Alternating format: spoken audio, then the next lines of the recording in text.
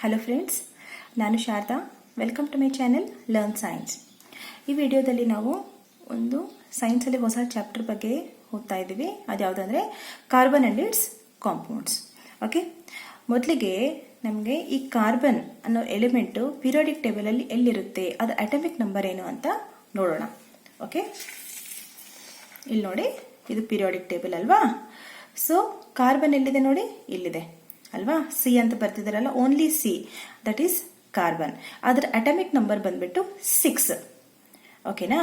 So 6 atomic number ಅಂದ್ರೆ ಏನು ಹೇಳಿ, 6 ಪ್ರೋಟಾನ್ಸ್ ಇರುತ್ತೆ, 6 ನ್ಯೂಟ್ರಾನ್ಸ್ ಇರುತ್ತೆ, 6 ಎಲೆಕ್ಟ್ರಾನ್ಸ್ ಇರುತ್ತೆ. ಇಲ್ಲಿ ನಿಮಗೆ ಒಂದು ಸಿಂಪಲ್ ಆಗಿ ಒಂದು ಅಟಮಿಕ್ ಮಾಡೆಲ್ ಅನ್ನ ತೋರಿಸ್ತೀನಿ ನೋಡಿ. So this is atomic model, ಅಂದ್ರೆ ಇನ್ಸೈಡ್ ಆಫ್ ಎನ್ ಆಟಮ್ ಒಳಗಡೆ ಯಾವ ತರ ಇರುತ್ತೆ ಅಂತ ಇದರಲ್ಲಿ ತೋರಿಸಿದ್ದಾರೆ ನೀಟಾಗಿ. ಇಲ್ಲಿ ನೋಡಿ, ಇದು ನ್ಯೂಕ್ಲಿಯಸ್.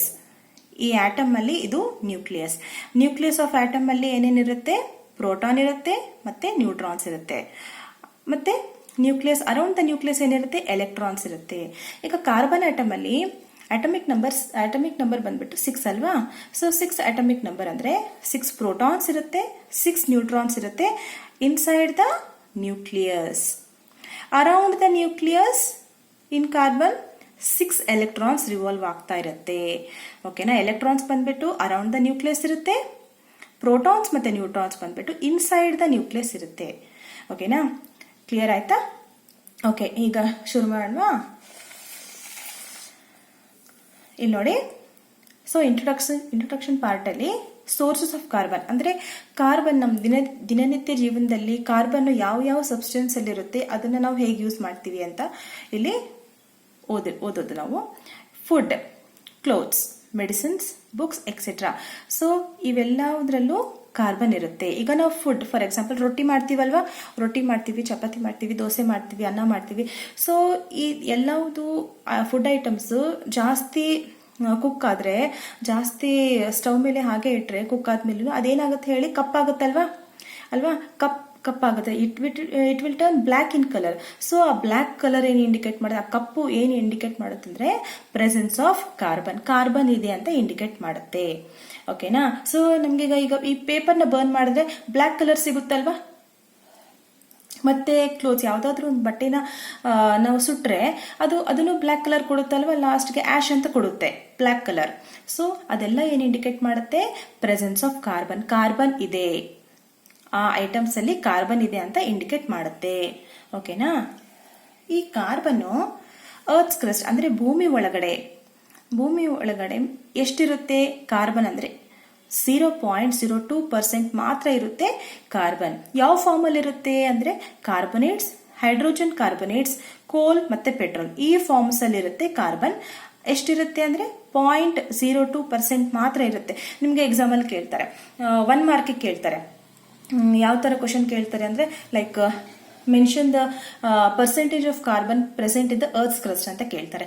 ಆಗ ನಿಮ್ಗೆ ಗೊತ್ತಿರಬೇಕು 0.02% ಅಂತ. ಓಕೆನಾ. ಅಟ್ಮಾಸ್ಫಿಯರ್, ಗಾಳಿಯಲ್ಲಿ ಎಷ್ಟಿರುತ್ತೆ ಕಾರ್ಬನ್ ಅಂದ್ರೆ 0.03% ಇರುತ್ತೆ in the form of carbon dioxide ರೂಪದಲ್ಲಿ ಕಾರ್ಬನ್ ಎಷ್ಟಿರುತ್ತೆ ಅಟ್ಮಾಸ್ಫಿಯರ್ ಅಲ್ಲಿ, 0.03%. ಓಕೆನಾ. ಸೊ ಇದು ಇಂಟ್ರೊಡಕ್ಷನ್ ಪಾರ್ಟ್ ಆಯ್ತು. ನೆಕ್ಸ್ಟ್, ಬಾಂಡಿಂಗ್ ಇನ್ ಕಾರ್ಬನ್ ಅಲ್ಲಿ ಬಾಂಡಿಂಗ್ ಯಾವ ತರ ಆಗುತ್ತೆ ಅಂತ ಈ ಕಾನ್ಸೆಪ್ಟ್ ಅಲ್ಲಿ ನಾವು ಓದೋದು. Covalent bond. ಈ ಕೋವಲೆಂಟ್ ಬಾಂಡ್ ಏನು ಅಂತ ನಿಮ್ಗೆ ಎಕ್ಸ್ಪ್ಲೇನ್ ಮಾಡ್ತಾ ಹೋಗ್ತೀನಲ್ಲ, ಆಗ ನಿಮ್ಗೆ ಕ್ಲಿಯರ್ ಆಗುತ್ತೆ. First, ionic compounds. ನಾನು ಆಲ್ರೆಡಿ ಒಂದು ವಿಡಿಯೋ ಮಾಡಿದ್ದೆ, like properties of ionic compounds, physical properties of metals. So ಆ ವಿಡಿಯೋ ನೋಡಿದ್ರೆ ನಿಮ್ಗೆ ಚೆನ್ನಾಗಿ ಅರ್ಥ ಆಗುತ್ತೆ ಅಯೋನಿಕ್ ಕಾಂಪೌಂಡ್ಸ್ ಪ್ರಾಪರ್ಟೀಸ್ ಏನು, ಅದಕ್ಕೆ ಯಾಕೆ high melting point, boiling point ಇರುತ್ತೆ ಅಂತೇಳಿ ಎಲ್ಲ ಎಕ್ಸ್ಪ್ಲೇನ್ ಮಾಡಿದ್ದೀನಿ ಅದರಲ್ಲಿ, ಅದನ್ನ ನೋಡಿ ನೀವು. ಓಕೆ. ಸೊ ಇಲ್ಲಿ ನಾನು ಬ್ರೀಫ್ ಆಗಿ ಎಕ್ಸ್ಪ್ಲೇನ್ ಮಾಡ್ತೀನಿ ನೋಡಿ. Ionic compounds have high melting point and high boiling point because of strong force of attraction. ಅಂದ್ರೆ ಅಯೋನಿಕ್ ಕಾಂಪೌಂಡ್ಸ್ ಅಲ್ಲಿ ಏನಾಗುತ್ತೆ, 2 ಅಯಾನ್ಸ್ ಮಧ್ಯದಲ್ಲಿ ಸ್ಟ್ರಾಂಗ್ ಫೋರ್ಸ್ ಆಫ್ ಅಟ್ರಾಕ್ಷನ್ ಇರೋದ್ರಿಂದ ಅದಕ್ಕೆ ಹೈ ಮೆಲ್ಟಿಂಗ್ ಪಾಯಿಂಟ್ ಮತ್ತೆ ಹೈ ಬಾಯ್ಲಿಂಗ್ ಪಾಯಿಂಟ್ ಇರುತ್ತೆ.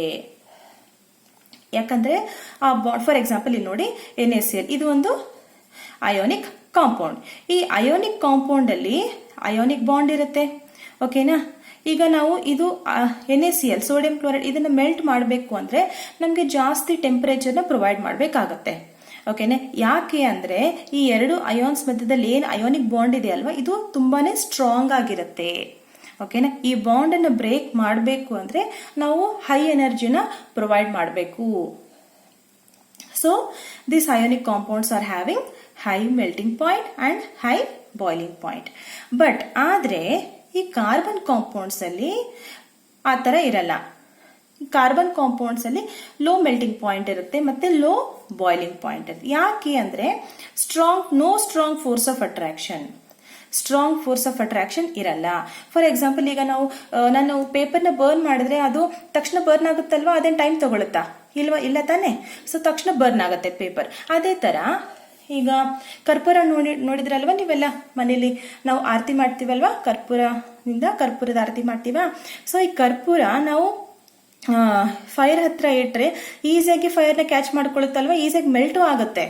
ನೋಡಿದ್ರ ನೀವೆಲ್ಲ? ಸೊ ಈಸಿಯಾಗಿ ಮೆಲ್ಟ್ ಆಗುತ್ತೆ ಕ್ಯಾಂಫರ್, ರೈಟ್? ಸೊ ಯಾಕೆ ಆ ತರ ಈಸಿಯಾಗಿ ಮೆಲ್ಟ್ ಆಗುತ್ತೆ ಅಂದ್ರೆ because the carbon compounds are having no strong force of attraction ಇರಲ್ಲ. Okay. Next, hence carbon do not contain ions and no conduction of electricity is seen. ಇಲ್ಲಿ ನೋಡಿ, ಕಾರ್ಬನ್ಗೆ ಕಾರ್ಬನ್ ಕಾಂಪೌಂಡ್ಸ್ ಅಲ್ಲಿ ಲೋ ಮೆಲ್ಟಿಂಗ್ ಪಾಯಿಂಟ್ ಇರುತ್ತೆ ಮತ್ತೆ low boiling point ಇರುತ್ತೆ and strong force of attraction ಇರಲ್ಲ. ಈ strong force of attraction ಇರಲ್ಲ. So it does not contain any ions ಇದ್ರೆ ಮಾತ್ರ ಅಲ್ಲಿ ಸ್ಟ್ರಾಂಗ್ ಫೋರ್ಸ್ ಆಫ್ ಅಟ್ರಾಕ್ಷನ್ ನ ನೋಡ್ತೀವಿ. ಈ ಕಾರ್ಬನ್ ಕಾಂಪೌಂಡ್ಸ್ ಅಲ್ಲಿ ಅಯಾನ್ಸ್ ಇರಲ್ಲ. So it do not have strong force of attraction. Okay. Strong force of attraction ಯಾವಾಗಿರುತ್ತೆ? ಯಾವಾಗ ಅಯಾನ್ಸ್ ಇರುತ್ತೆ. ಇಲ್ಲಿ ಸೋಡಿಯಂ ಅಯಾನ್ ಮತ್ತೆ ಕ್ಲೋರೈಡ್ ಅಯಾನ್ ಇದೆ ಅಲ್ವಾ. So there is strong force of attraction. ಇಲ್ಲಿ ಕಾರ್ಬನ್ ಕಾಂಪೌಂಡ್ಸ್ ಅಲ್ಲಿ no strong force of attraction because it do not contain ions. ಮತ್ತೆ conduction of electricity is also not there. No conduction of electricity. No ಅಂದ್ರೆ ಎಲೆಕ್ಟ್ರಿಸಿಟಿನ conduct ಮಾಡಲ್ಲ. Carbon compounds ಎಲೆಕ್ಟ್ರಿಸಿಟಿನ conduct ಮಾಡಲ್ಲ as in ionic compounds. ಈ ionic compounds molten state ಅಲ್ಲಿ, liquid state ಅಲ್ಲಿ it conducts electricity ಅಂತ ನಾನು properties of ionic compounds ಅಲ್ಲಿ explain ಮಾಡಿದ್ದೀನಿ. ಓಕೆನಾ. ಆದ್ರೆ ಈ ಕಾರ್ಬನ್ ಕಾಂಪೌಂಡ್ಸ್ ಎಲೆಕ್ಟ್ರಿಸಿಟಿನ ಕಂಡಕ್ಟ್ ಮಾಡಲ್ಲ because it do not contain ions. Okay.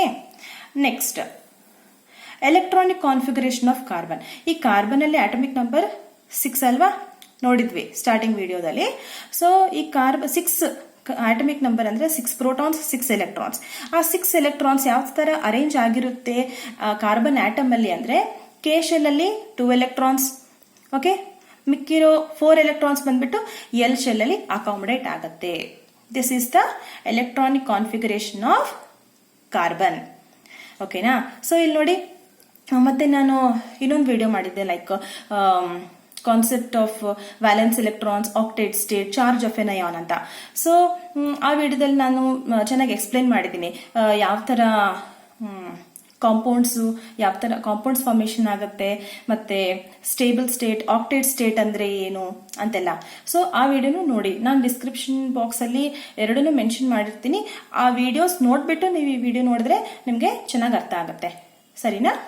ಇಲ್ಲಿ ನೋಡಿ, ಈ carbon atom stable state attain ಆಗಬೇಕು ಅಂದ್ರೆ ಅದಕ್ಕೆ ಇನ್ನ 4 ಎಲೆಕ್ಟ್ರಾನ್ಸ್ ಬೇಕು. It needs 4 more electrons to attain the stable state. ಹೌದಾ. ಬಟ್ ಇಲ್ಲಿ ಓನ್ಲಿ 4 ಇದೆ ಅಲ್ಲ, either it has to lose. ಇದು 4 ಎಲೆಕ್ಟ್ರಾನ್ಸ್ ನ ಲೂಸ್ ಮಾಡ್ಕೋಬೇಕು ಅಥವಾ ಗೇನ್ ಮಾಡ್ಕೋಬೇಕು. ಆದ್ರೆ ಮಾತ್ರ it can attain the stable state. Okay. ಇಲ್ಲಿ ನೋಡಿ, elements have tendency to attain stable state via reaction. ಈಗ ಯಾವುದೇ ಒಂದು ರಿಯಾಕ್ಷನ್ ಆಗ್ತಿದೆ ಅಂದ್ರೆ ಅದರಲ್ಲಿ ಇನ್ವಾಲ್ವ್ ಆಗಿರೋ ಆಟಮ್ಸ್, ಅದರಲ್ಲಿ ಇನ್ವಾಲ್ವ್ ಆಗಿರೋ ಎಲಿಮೆಂಟ್ಸ್ ಸ್ಟೇಬಲ್ ಸ್ಟೇಟ್ ಅಟೈನ್ ಆಗುತ್ತೆ ಪ್ರಾಡಕ್ಟ್ಸ್ ಅಲ್ಲಿ. ಓಕೆ. ಸೊ ಇಲ್ಲಿ ಕಾರ್ಬನ್ ಆಟಮ್ನು ಸ್ಟೇಬಲ್ ಸ್ಟೇಟ್ ಅಟೈನ್ ಆಗಬೇಕು ಅಂದ್ರೆ it has to gain 4 electrons or lose 4 electrons. 4 electrons ನ ಗೇನ್ ಮಾಡ್ಕೋಬೇಕು ಅಥವಾ ಲೂಸ್ ಮಾಡ್ಕೋಬೇಕು. ಆದರೆ ಮಾತ್ರ it can attain the stable state. Okay, next, for carbon to attain stable state it should gain 4 electrons. ಅದು 4 electrons gain ಮಾಡ್ಕೊಂಡ್ರೆ ಏನಾಗುತ್ತೆ, C-4 anion ಆಗುತ್ತೆ. ಓಕೆ, C-4 ಆನಯೋನ್ ಆಗುತ್ತೆ. Then it would be difficult for nucleus with 6 protons to hold 10 electrons. ಈಗ ನೋಡಿ, ಈಗ ನೀವು ನೀಟಾಗಿ ನೋಡಿ, ಇಲ್ಲಿ ನೋಡಿ, if this is carbon atom, ಇದು ನ್ಯೂಕ್ಲಿಯಸ್. ನ್ಯೂಕ್ಲಿಯಸ್ ಒಳಗಡೆ 6 ಪ್ರೋಟಾನ್ಸ್ ಇದೆ. 1 2 3 4 5 6 ಪ್ರೋಟಾನ್ಸ್ ಇದೆ ಅಲ್ವಾ. ಮತ್ತೆ ಇಲ್ಲಿ ಅರೌಂಡ್ ದ ನ್ಯೂಕ್ಲಿಯಸ್ 6 ಎಲೆಕ್ಟ್ರಾನ್ಸ್ ಇದೆ. 1 2 3 4 5 6 protons inside the nucleus, 6 electrons around the nucleus. ಈಗ ಈ ಕಾರ್ಬನ್ ಆಟಮ್ ಗೆ ಸ್ಟೇಬಲ್ ಸ್ಟೇಟ್ ಅಟೈನ್ ಆಗಬೇಕು ಅಂದ್ರೆ ಇಫ್ ಇಟ್ ಗೇನ್ಸ್ 4 ಎಲೆಕ್ಟ್ರಾನ್ಸ್ ನ ಅಕ್ಸೆಪ್ಟ್ ಮಾಡ್ಕೊಂಡ್ರೆ ಅದು C-4 ಆನಯೋನ್ ಆಗ್ಬಿಟ್ಟು ಅದು ಸ್ಟೇಬಲ್ ಸ್ಟೇಟ್ ಅಟೈನ್ ಆಗುತ್ತೆ. ಓಕೆ, ಆದ್ರೆ ಇಲ್ಲಿ ಏನ್ ಪ್ರಾಬ್ಲಮ್ ಅರೈಸ್ ಆಗ್ತಿದೆ ನೋಡಿ. ಇಲ್ಲಿ 4 ಎಲೆಕ್ಟ್ರಾನ್ಸ್ ನ ಇದು ಅಕ್ಸೆಪ್ಟ್ ಮಾಡ್ಕೊಂಡ್ರೆ +4 1 2 3 4. ಓಕೆನಾ. ನ್ಯೂಕ್ಲಿಯಸ್ ಒಳಗಡೆ 6 ಪ್ರೋಟಾನ್ಸ್ ಇದೆ. ಆದ್ರೆ ನ್ಯೂಕ್ಲಿಯಸ್ ಹೊರಗಡೆ ಅರೌಂಡ್ ದ ನ್ಯೂಕ್ಲಿಯಸ್ 10 ಎಲೆಕ್ಟ್ರಾನ್ಸ್ ಇದೆ ಅಲ್ವಾ. ಸ್ಟಾರ್ಟಿಂಗ್ ಅಲ್ಲಿ ಮೊದಲಿಗೆ 6 ಎಲೆಕ್ಟ್ರಾನ್ಸ್ ಇತ್ತು. ಇದು +4 ಆಡ್ ಆಯ್ತಾ to attain the stable state. ಈಗ ಟೋಟಲ್ ಆಗಿ 10 ಎಲೆಕ್ಟ್ರಾನ್ಸ್ ಇದೆ ಅಲ್ವಾ. ಈ 10 ಎಲೆಕ್ಟ್ರಾನ್ಸ್ ನ ಈ 6 ಪ್ರೋಟಾನ್ಸ್ ಹೋಲ್ಡ್ ಮಾಡ್ಕೊಳ್ಳೋದು ತುಂಬಾ ಡಿಫಿಕಲ್ಟ್ ಆಗುತ್ತೆ. ಓಕೆನಾ. ಈ 10 ಎಲೆಕ್ಟ್ರಾನ್ಸ್ ನ ಈ 6 ಪ್ರೋಟಾನ್ಸ್ ಹೋಲ್ಡ್ ಮಾಡ್ಕೊಳ್ಳೋದು ಡಿಫಿಕಲ್ಟ್ ಆಗುತ್ತೆ. ಸೊ ಈ ತರ ಆಗಲ್ಲ. This is impossible. Okay, next, one more way to attain stable state for carbon is to lose 4 electrons. ಈಗ 4 ಎಲೆಕ್ಟ್ರಾನ್ಸ್ ನ ಲೂಸ್ ಮಾಡ್ಕೋಬಹುದು. Then also it can attain the stable state. Okay, 4 electrons lose ಮಾಡ್ಕೊಂಡ್ರೆ ಏನಾಗುತ್ತೆ ಅಂದ್ರೆ ಇಲ್ಲಿ ನೋಡಿ, lose 4 electrons to form C+4 cation. ಆಗ C+4 cation ಆಗುತ್ತೆ. ಇಲ್ಲಿ ನೋಡಿ, it wood require large amount of energy to remove 4 electrons. ಇಲ್ಲಿ ಮತ್ತೆ ಡ್ರಾ ಮಾಡಿ ಎಕ್ಸ್ಪ್ಲೇನ್ ಮಾಡ್ತೀನಿ ನೋಡಿ. ಇಲ್ಲಿ ನೋಡಿ, 1 2 3 4 5 6 ಪ್ರೋಟಾನ್ಸ್ ಅಲ್ವಾ. Next 1 2 3 4 5 6 electrons. ಓಕೆ, ಸೊ ಇಲ್ಲಿ 4 ಎಲೆಕ್ಟ್ರಾನ್ಸ್ ನ ಲೂಸ್ ಮಾಡ್ಕೋಬೇಕು ಅಂದ್ರೆ ಇಟ್ ರಿಕ್ವೈರ್ಸ್ ಮೋರ್ ಎನರ್ಜಿ, ಜಾಸ್ತಿ ಎನರ್ಜಿ ಪ್ರೊವೈಡ್ ಮಾಡಬೇಕಾಗತ್ತೆ to remove the 4 electrons. Stable state attain ಆಗುತ್ತೆ, ಆದ್ರೆ ಇದಕ್ಕೆ ಜಾಸ್ತಿ ಎನರ್ಜಿ ಪ್ರೊವೈಡ್ ಮಾಡಬೇಕಾಗತ್ತೆ. So this is also not possible. Okay, gain ಮಾಡ್ಕೊಳ್ಳೋದು ಪಾಸಿಬಲ್ ಇಲ್ಲ, ಲೂಸ್ ಮಾಡ್ಕೊಳ್ಳೋದು ಪಾಸಿಬಲ್ ಆಗಲ್ಲ ಕಾರ್ಬನ್ಗೆ. ಸೊ ಅದ್ರ ಸಲುವಾಗಿ ಇಟ್ ಓವರ್ಕಮ್ಸ್ ಅಬೋ ಪ್ರಾಬ್ಲಮ್ಸ್. ಈ 2 ಪ್ರಾಬ್ಲಮ್ಸ್ ನ ಗೇನ್ ಮಾಡ್ಕೊಳ್ಳೋದು ಮತ್ತೆ ಲೂಸ್ ಮಾಡ್ಕೊಳ್ಳೋದು, ಈ 2 ಪ್ರಾಬ್ಲಮ್ಸ್ ನ ಓವರ್ಕಮ್ ಮಾಡ್ತಾ ಇದೆ ಇದು ಕಾರ್ಬನ್. ಯಾವ ತರ ಓವರ್ಕಮ್ ಮಾಡುತ್ತೆ ಅಂದ್ರೆ ಇಟ್ ವಿಲ್ ಶೇರ್ ಮಾಡ್ಕೊಳ್ಳುತ್ತೆ. ಈಗ ಕಾರ್ಬನ್ದು ವ್ಯಾಲೆನ್ಸ್ ಎಲೆಕ್ಟ್ರಾನ್ ಬಂದ್ಬಿಟ್ಟು 4 ಅಲ್ವಾ. K ಅಲ್ಲಿ 2, L ಅಲ್ಲಿ 4 ಅಂದ್ರೆ 4 is a valence electron of carbon. ಈ 4 ವ್ಯಾಲೆನ್ಸ್ ಎಲೆಕ್ಟ್ರಾನ್ಸ್ ನ ಅದು ಬೇರೆ ಕಾರ್ಬನ್ ಜೊತೆಗೆ ಅಥವಾ ಬೇರೆ ಎಲಿಮೆಂಟ್ಸ್ ಜೊತೆಗೆ share ಮಾಡ್ಕೊಳ್ಳುತ್ತೆ.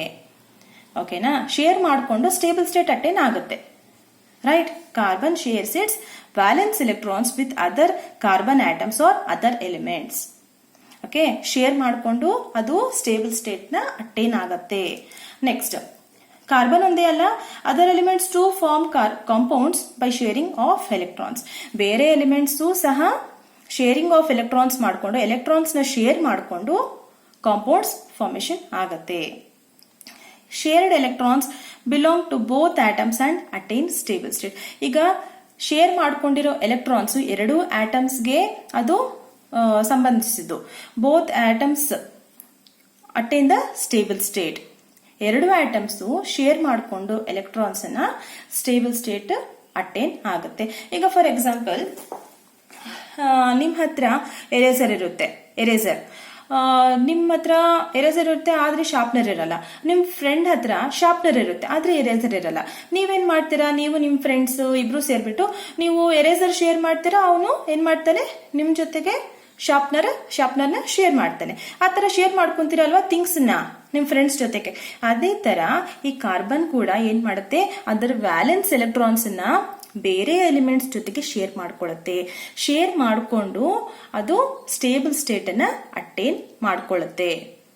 Okay, this is about the covalent bond. ಈ ತರ ಕೋವಲೆಂಟ್ ಬಾಂಡ್ ಫಾರ್ಮೇಶನ್ ಆಗತ್ತೆ. ಕೋವಲೆಂಟ್ ಬಾಂಡ್ ಯಾವಾಗ ಫಾರ್ಮೇಶನ್ ಆಗತ್ತೆ ಅಂದ್ರೆ when there is sharing of electrons. Ionic compounds ಅಲ್ಲಿ ಹೇಳಿದ್ದೆ ನಿಮ್ಗೆ, that involves transfer of electrons. Ionic compounds ಅಲ್ಲಿ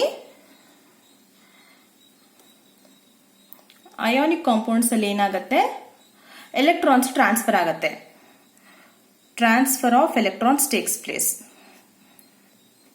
ಆದ್ರೆ covalent compounds like carbon compounds, covalent compounds ಅಲ್ಲಿ ಏನಾಗುತ್ತೆ, ಶೇರಿಂಗ್ ಆಫ್ ಎಲೆಕ್ಟ್ರಾನ್ಸ್ ಆಗುತ್ತೆ. ಎಲೆಕ್ಟ್ರಾನ್ಸ್ ಶೇರ್ ಮಾಡ್ಕೊಳ್ಳುತ್ತೆ. two atoms share electrons to form covalent compound. Okay, ಈ ಕೋವಲೆಂಟ್ ಕಾಂಪೌಂಡ್ಸ್ ಎಕ್ಸಾಂಪಲ್ಸ್ ಕೊಟ್ಬಿಟ್ಟು ನಾನು next ವಿಡಿಯೋದಲ್ಲಿ ಎಕ್ಸ್ಪ್ಲೇನ್ ಮಾಡ್ತೀನಿ. ನೀವು ತಪ್ಪದೆ ನೋಡಿ ಟು ಅಂಡರ್ಸ್ಟ್ಯಾಂಡ್ ಬೆಟರ್ ಯಾವ ತರ ಕೋವಲೆಂಟ್ ಬಾಂಡ್ ಫಾರ್ಮೇಶನ್ ಆಗುತ್ತೆ, ಯಾವ ತರ ಎಲೆಕ್ಟ್ರಾನ್ಸ್ ಶೇರ್ ಮಾಡ್ಕೊಳ್ಳುತ್ತೆ ಆಟಮ್ಸ್ ಅಂತ ನಿಮ್ಗೆ ನೆಕ್ಸ್ಟ್ ವಿಡಿಯೋದಲ್ಲಿ ಎಕ್ಸ್ಪ್ಲೇನ್ ಮಾಡ್ತೇನೆ. ಓಕೆನಾ? ಈ ವಿಡಿಯೋ ನಿಮ್ಗೆ ಹೆಲ್ಪ್ಫುಲ್ ಅಂತ ಅನ್ಸಿದ್ರೆ ಲೈಕ್ ಮಾಡಿ, ನಿಮ್ಮ ಫ್ರೆಂಡ್ಸ್ ಜೊತೆಗೆ ತಪ್ಪದೆ ಶೇರ್ ಮಾಡಿ. ಯಾಕೆ ಅಂದ್ರೆ ಇದು ತುಂಬಾನೇ ಬೇಸಿಕ್ ಕಾನ್ಸೆಪ್ಟ್ ಮತ್ತೆ ತುಂಬಾನೇ ಇಂಪಾರ್ಟೆಂಟ್ ಕಾನ್ಸೆಪ್ಟ್. ಓಕೆ, ಮತ್ತೆ ಸಬ್ಸ್ಕ್ರೈಬ್ ಮಾಡೋದನ್ನ ಮರಿಬೇಡಿ. Thank you.